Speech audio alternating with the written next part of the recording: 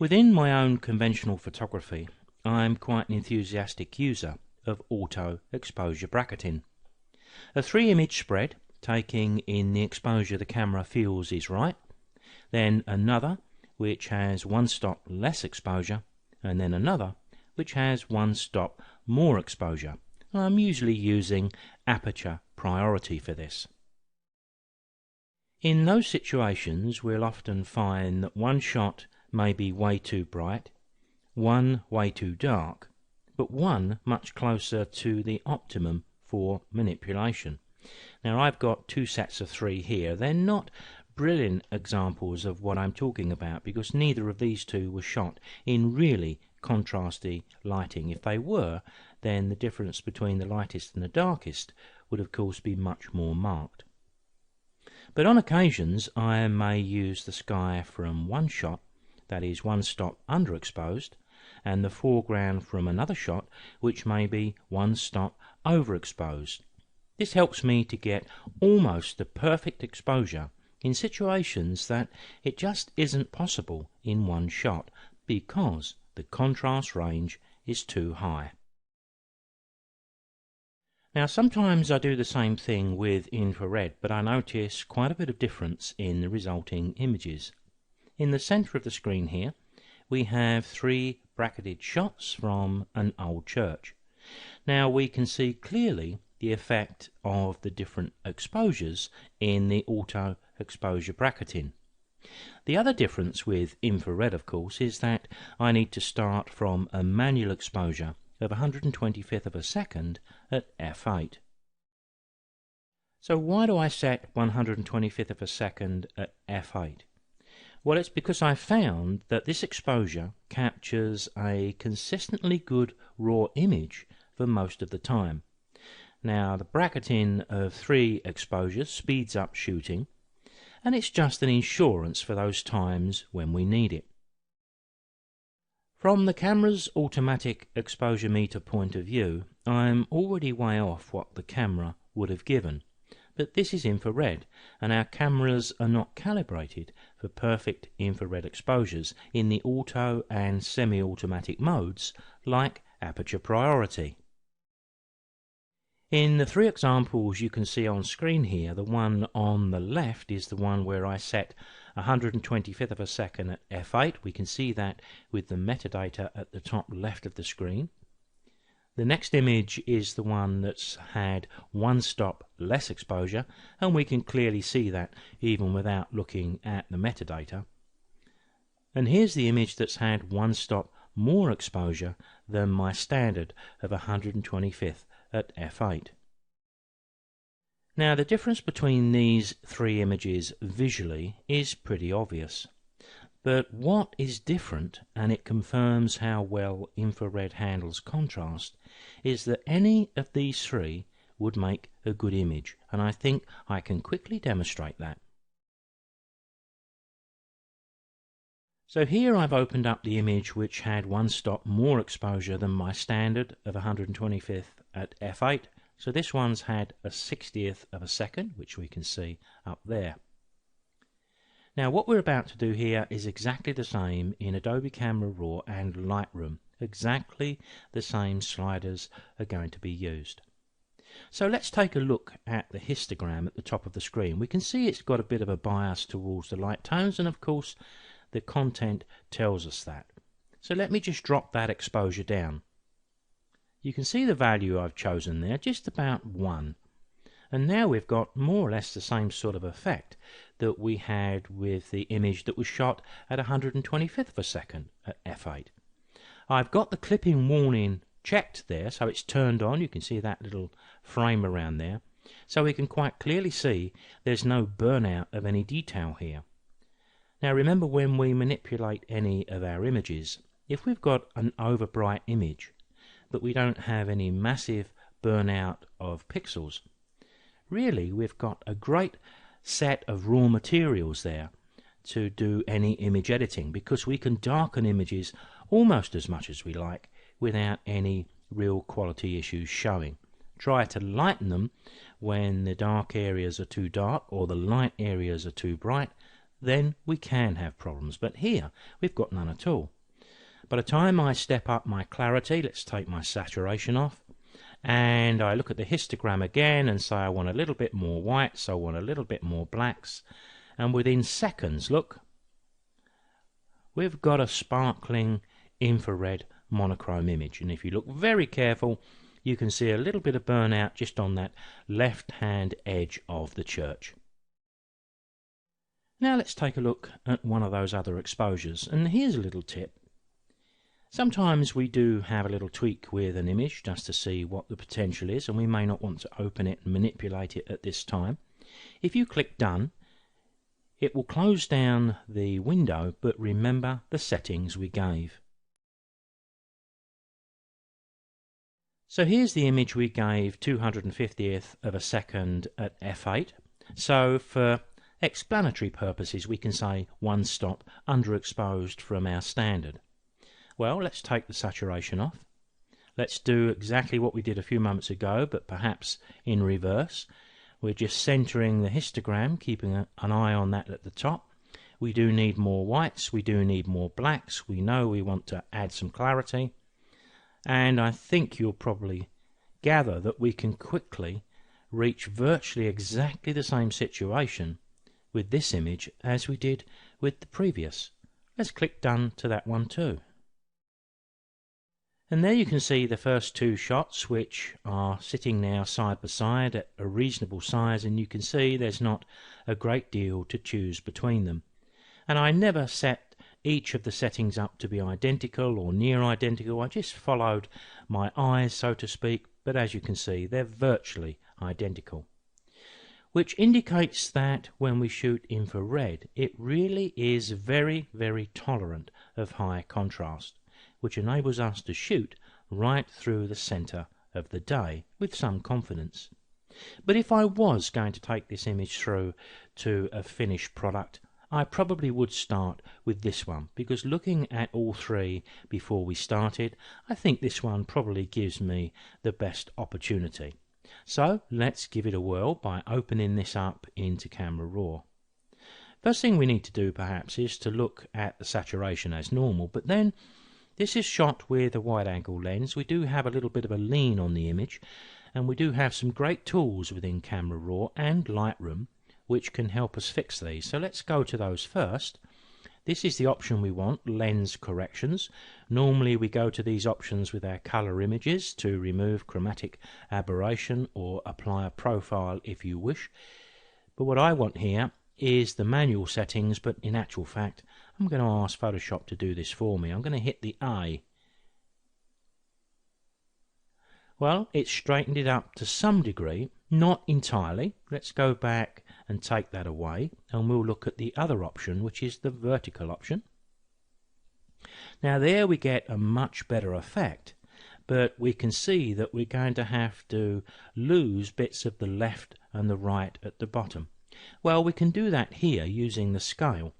Just placing my cursor alongside the figure of 100% there. This is just my personal choice because I like to use my up and down arrows, and you can see I don't have to worry about the slider. So what I'm really doing here is seeing whether once I get rid of those corners, does the image still look nicely balanced and is the composition reasonably good? Well, I could test that with my crop tool, I suppose, because I'll see the rule of thirds. Well, it does do that.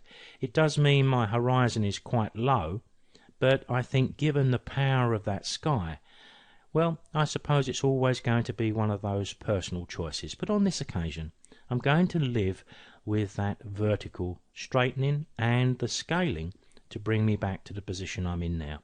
I'll hit the escape key to come away from the crop tool, go back to my basic tab, because now we need to inject that impact and contrast that we need to see. Looking up at the top right of the screen, we can see that we've got the histogram sitting nicely in the middle without any input from us at all. So I'm going to give this a healthy slug of clarity to get started. I'm going to bring the white slider to the right, looking at the histogram as I go. Now we can go much further to the right and we can see where the limit is because I've got the clipping warning showing.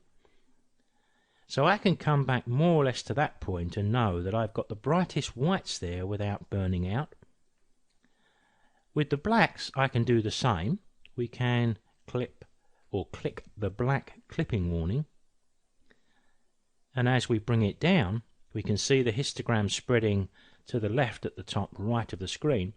If I go far enough we see what's being actually lost in detail, but in practice I find it's much more easier to accept, I would say, blocking up of shadows than it is the burning out of highlights. But nevertheless, I don't think we need quite as much as that. So once again, it's evidence that we're well within the limits of the sliders we need to push left and right to get that impact, appeal and contrast. And of course, personal choices all of the time. We may even want to push up the contrast using the contrast, and we're beginning to get quite a bit of sparkle here. Now I've got quite a bit of sky here, so there's bound to be the odd little speck of dust. I can't see any at the moment, but I'm sure there are. Let me just take a quick look using my spot removal tool, and I'll tick the visualize spots down at the bottom right.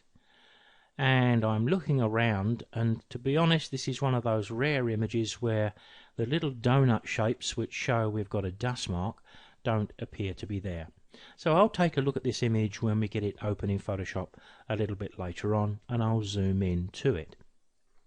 But I still want to tweak the contrasts here a little bit. I would like to take the wall of the church down a little bit. I'd like to take the church down and give that a little more contrast. But I think most of the sky I'm pretty happy with. Now we could start to think about doing some work. Let me go back to the hand tool at the top left for a moment. We could start thinking about doing some work with this option here, the adjustment brush. Now I could use that to darken down the exposure in strategic places, but I like to work in a different way. I think I've already said that on one of the other videos. Find my method of working in Photoshop a little bit more easy to handle, but if you're a Lightroom user, of course, you will need to use that brush to darken down areas that are currently too bright. Before I move on though, I'm going to double click the zoom tool. The image jumps to 100%. We can see just a tiny little bit of a noise in the sky, not much, but what I tend to do, remember we are shooting infrared and we are shooting at 200 ISO, I could go to my details tab and I could remove some of that. I usually put in about 28 to 30 of luminance, and you can see how that just affects the sky nicely. I would like a bit more contrast in that sky. I'll double click the hand tool and we'll come back out. So if I'm going to think about that, I think I may look at that a little bit later, but we could try tweaking now, especially if we're going to make an adjustment with the church. So if I wanted to tweak that a bit more to the right, and what I'm doing here, I'm concentrating more on the sky, which has that lovely power, and less on the church. And at this point I'm going to go down and open this up as a smart object into Photoshop. Now as soon as I get this image on screen, and this is pretty typical of the way I work, I'm looking at this top right part of the sky and thinking that would be nice if that was slightly darker. Well, what I'm going to do first is go to my layers. There's the little symbol that tells me I've got a smart object. If I go to the right of the thumbnail, right click and make another copy, I've got two independent layers now which I can adjust via Camera Raw, independent of each other. The one on the top is going to be the one that's going to control mostly the sky. So just for a moment I'm going to jump back into Camera Raw. I'm going to pick up my, waiting for that little symbol on the right hand side to go, pick up my graduated filter, click and drag down the screen a little bit there, double click the exposure just to get it back to where it started. Looking at all the other sliders, they're all neutral. I just want to take that right hand sky down a little bit. Don't need too much on that side, so I could rotate that graduated filter a little bit. Maybe I can squeeze a bit more. I did say that we can quite often not worry too much about a little bit of blocking up of shadows. And I think I'm reasonably happy with that. So I'm going to click OK. Remember, when we do that, we're just updating the settings we already had, not putting settings over the top of settings. The important point now, though, is to go back to the one underneath. I'll turn this one off just for a moment. So there you can see the difference we've made, which I think was worth having. But here we need to concentrate on the church and the churchyard and the immediate foreground. So I'm going to double click to open this up back into Camera Raw. You can see the little yellow triangle. It's just why Photoshop is reading all the information, and we're ready to go. So what I've got to do now really is almost forget the sky and start to tweak the sliders just looking at the church. What do I want to do first? Well, if we bring the highlights right down, it doesn't do a great deal, does it? So I'm going to double click and reset that. We've got the white set bright, so we could take those off. Now that has an effect. We maybe can squeeze some more clarity out of this, maybe even some more contrast. So you can suddenly see now the church and that foreground is really taking on some nice tones. I could tweak the blacks even more. I wouldn't be worried about those little thin lines of blue, and certainly these up here are irrelevant because we're using the tones from the other layer. So let me just assume for a moment that I'm quite happy with what I've done there. Get some nice tones through on the cut corner as well. So let's open this up into Photoshop. As soon as it appears on screen, what we need to do is to turn the top layer of the two back on. We need to apply a layer mask. Then we need to look at some techniques for masking through just those areas we need. So let's go to the layers. Let's apply a layer mask. Now I'm not sure if I said this previously, but what I tend to do at this stage would be to save this as an ongoing project. Because I've got two smart objects here, both independent, if I save this piece of work as we work along, I will retain the smart object status here for as long as it's possible to do so.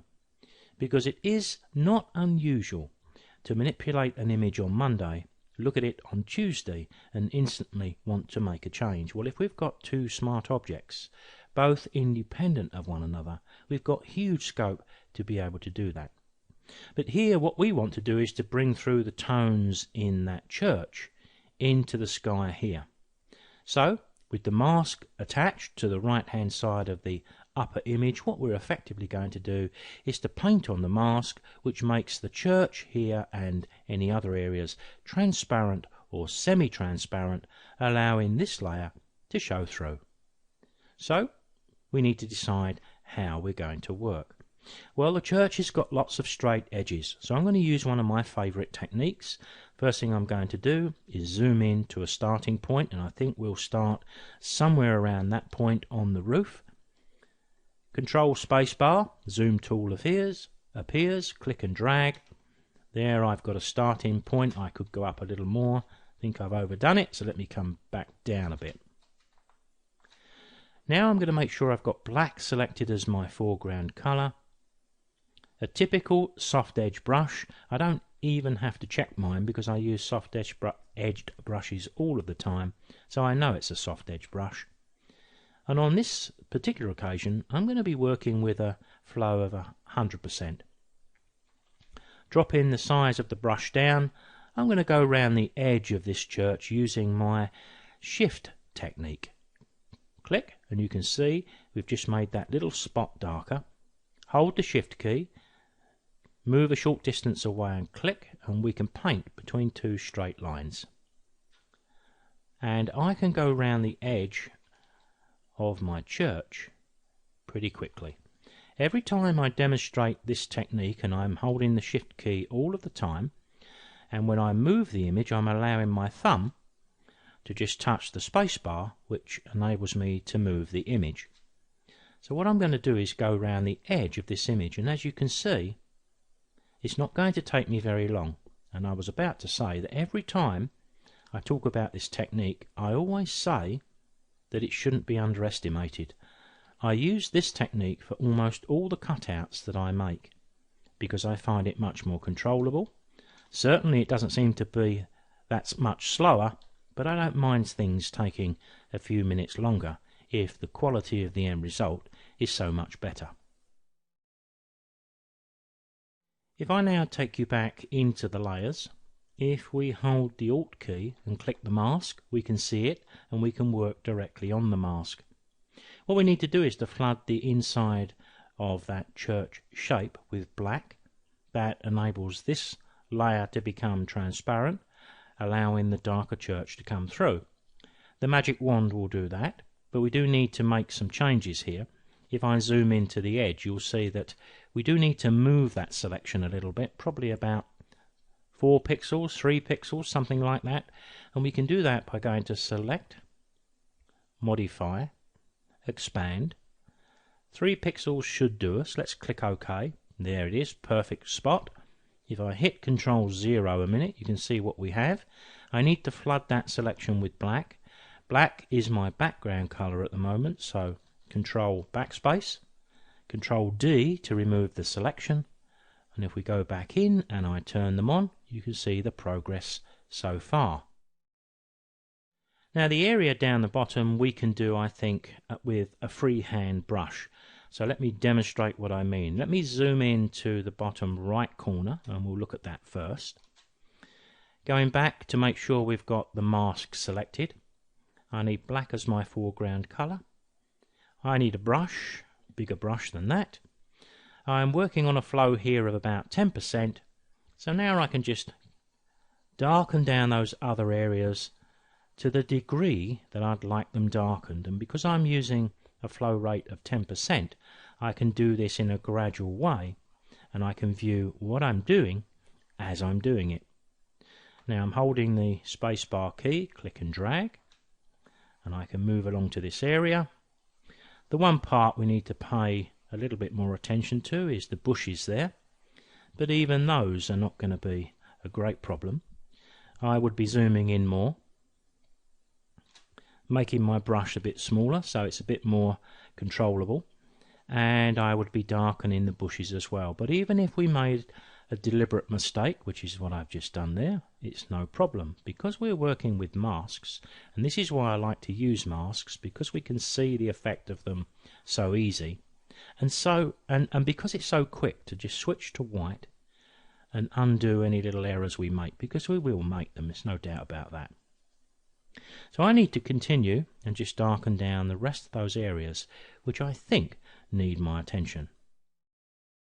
So here we can see the two layers blended together. If I turn the bottom layer off, you can see the sort of blending that I've done, but it all works visually, and I've saved this as a layered file retaining the smart object status here. But to move this forward, I'm going to flatten those two layers together just to do one or two little final touches that I'd like to do. You can see we've got good tones coming through the church, and I've used those two layers to achieve that, but we could have used the adjustment brush in Camera Raw or Lightroom. It amounts to much the same thing. It still works like a mask, even though we would be working in the develop module of Lightroom or Camera Raw. Just personal choice. I still would like to darken down some of these areas at the top of the screen a little bit, so I'm just going to have a look at picking up my burn tool here. I think I can safely say that's a mid-tone, so I'm going to select mid-tones from here. The exposure I'm going to drop down to about 5%. I don't want anything more than that. I want something very low. That's a bit too low. There we go, 6 will do. Just want to wipe over this area just a little bit, maybe up and down movement, just to put a bit more tone right at the top there and down here. You can see I'm having to move over these areas quite a number of times to get the effect I want, and I suppose you could argue that I could increase the exposure, but sometimes it's a mistake to do that, because if we overdo that then the exposure is too much and it runs away with us, but I think we're getting away with that okay. And sometimes, just to lift some of the clouds, I work with the opposite tool, the dodge tool, with the highlights certainly not 50%, Certainly I'd be down to something like 5%. Again, for the same reasons I just described, a little higher there, but that'll do. And I just want to wipe over these areas. See them lift just a little bit? All we're doing here is we're just stretching the contrast range just a little bit, but I'm on the limit here of the exposure of this tool, so I need to be a bit careful. But there you can see we can selectively lighten little bits of the sky just to give a little bit more impact into the image we're creating. One of the last things I do, apart from looking for any dust, is to take one look at the levels. Because I've put two different versions of this together, I can see a little deficiency here. Sometimes we can accept that change and sometimes we can't. Let's take a look. Look at it. It just gives us a little bit more, but it may take one or two of these highlights just a little bit too far. So perhaps a good idea would be to have looked at this just before I lifted those clouds. Let's cancel that. Let's go back here. Let's go back to before we adjusted those clouds. This is what the undo history is good for, isn't it? Control L.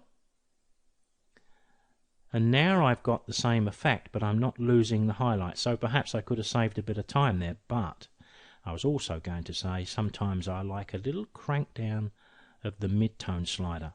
Again, personal choice comes in here. And finally, down at the bottom here, I think that's the weakest area. So I think I would try to pick up my burn tool, select probably light tones, highlights. I need to zoom in at the bottom, but then move the image up so I can see what I'm doing. Looking at the exposure of 10%, I would just give that bottom edge a little more exposure, just to make sure we don't drop out the bottom right of the image. But of course we have to stop at some stage, and there we have a pretty good infrared monochrome. Bags of impact in the sky, the church standing out well, nice vertical walls even though we've used a wide angle lens. I think a win-win situation. And we've had a little bit of proof, should we need it, that the exposure latitude with infrared images is pretty wide.